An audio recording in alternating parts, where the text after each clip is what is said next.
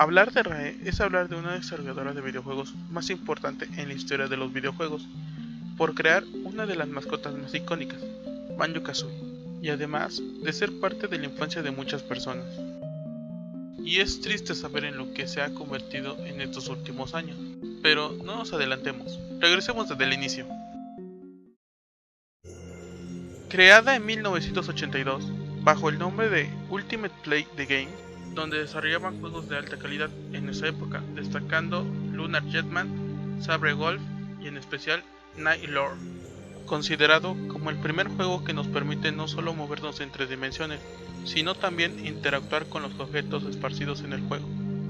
Sin embargo, durante la crisis de los videojuegos en los años 80, provocado por el videojuego de E.T., Ultimate sufrió severos problemas financieros, por lo que los hermanos Stamber optaron a vender casi la totalidad de la compañía. Esto los llevaría a formar una nueva compañía llamada RAE. A pesar de ya no estar con Ultimate, Tim y Chris lanzaron al mercado juegos que les ayudarían a recuperar económicamente, donde se interesarían por la empresa japonesa Nintendo, desarrollando cerca de 20 títulos para la NES. Pero el juego que sobresalió del resto fue Snake Ride and Roll. Este videojuego demostraba las verdaderas capacidades gráficas de la consola Nintendo, capacidades que solo ellos pudieron ver y demostrar con este título. Pero tal vez el juego más conocido de RAE durante la época de la NES fue Battletoads, considerado por muchos como uno de los mejores juegos y más difíciles en la historia de los videojuegos, y el juego más conocido de RAE en la NES. Después de ver el potencial que tenía RAE, en 1994 Nintendo compra el 50% de los derechos de RAE y esta pasa a ser una desarrolladora second party de Nintendo. Desde ese instante, los títulos desarrollados por los hermanos Stamber llegarían bajo la marca de RAEware.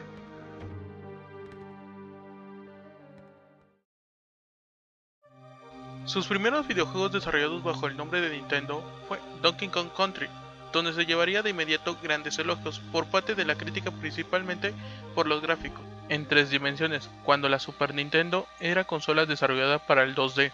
Esto fue una tendencia muy común en los hermanos Stamber, elaborando videojuegos que no se creían posibles para la época y siempre demostrando capacidades de la consola que ninguna otra desarrolladora podía ver. Después del gran éxito, Nintendo les da la licencia y la totalidad a los hermanos Stamber para crear nuevos juegos de Donkey Kong Country, donde la trilogía de Donkey Kong Country son considerados impredecibles en el catálogo de la Super Nintendo.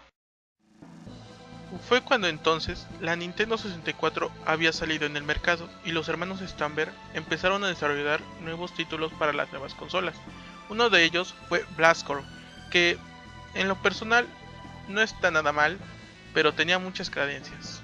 En agosto de 1997 lanzan al mercado el juego que sería considerado, con el paso de los tiempos, como la obra maestra de RAE, que revolucionó el First Person Shooter. Estoy hablando de Golden Eyes 007.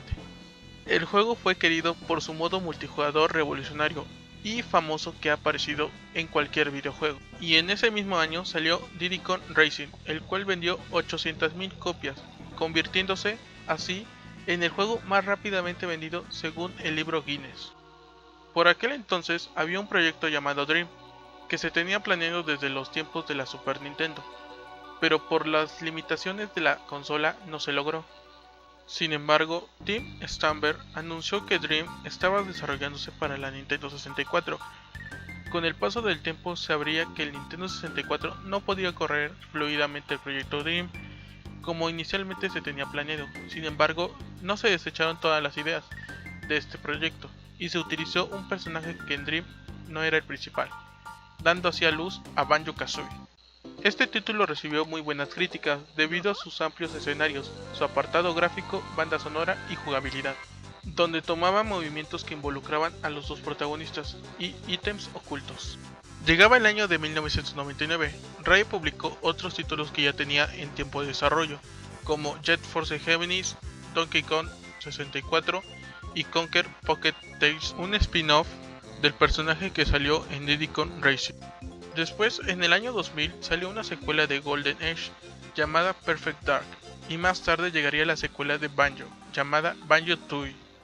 Tiempo después, trabajadores de Microsoft entraron en contacto con los hermanos Stamber, siendo esta la primera ocasión en que entran en contacto.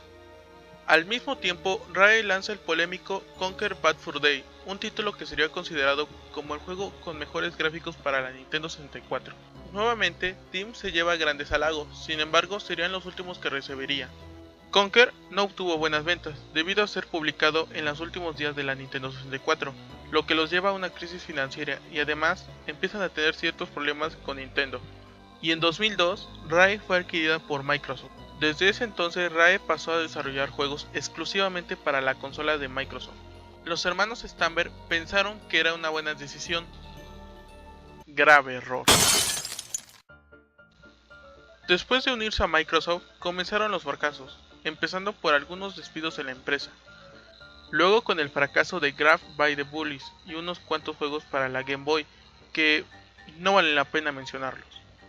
Desde este punto los hermanos Stamber se habían arrepentido de abandonar Nintendo, pero decidieron intentarlo una vez más, lanzando 3 juegos en el mismo año.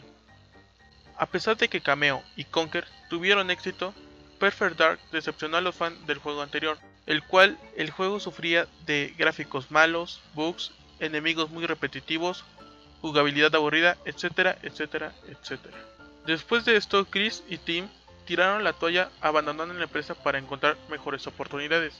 Poco después de esto, Microsoft se le ocurrió una gran idea de traer de vuelta a Banjo-Kazooie, presentando un tráiler muy bueno y causando el hype entre los fans. Sin embargo, durante la E3 del 2008 lanzaron el segundo tráiler, que bajó todas las expectativas de los fans, donde reemplazaba el estilo tradicional del juego a una simulación de construcción y mantenimiento de autos. ¿Autos? ¿Por qué Microsoft? ¿Por qué? ¿Por qué arruinar una saga tan querida de esta manera? ¿Por qué? Pero bueno, más tarde siguieron lanzando juegos para el Kinect, donde obtuvo el mismo resultado: fracasos, despidos, humillaciones, insultos, decepciones y lo más importante, crisis financiera. El destino de Rare es incierto, ya han despedido y renunciado varios empleados, y tan solo han quedado 200 empleados. El tiempo dirá si sobreviven o no. Rare era mi desarrolladora favorita de videojuegos. Y sí, han cometido grandes errores, y lo siguen haciendo actualmente, y todo gracias a Microsoft. Ya solo nos quedan los recuerdos de una gran compañía que marcó varias infancias.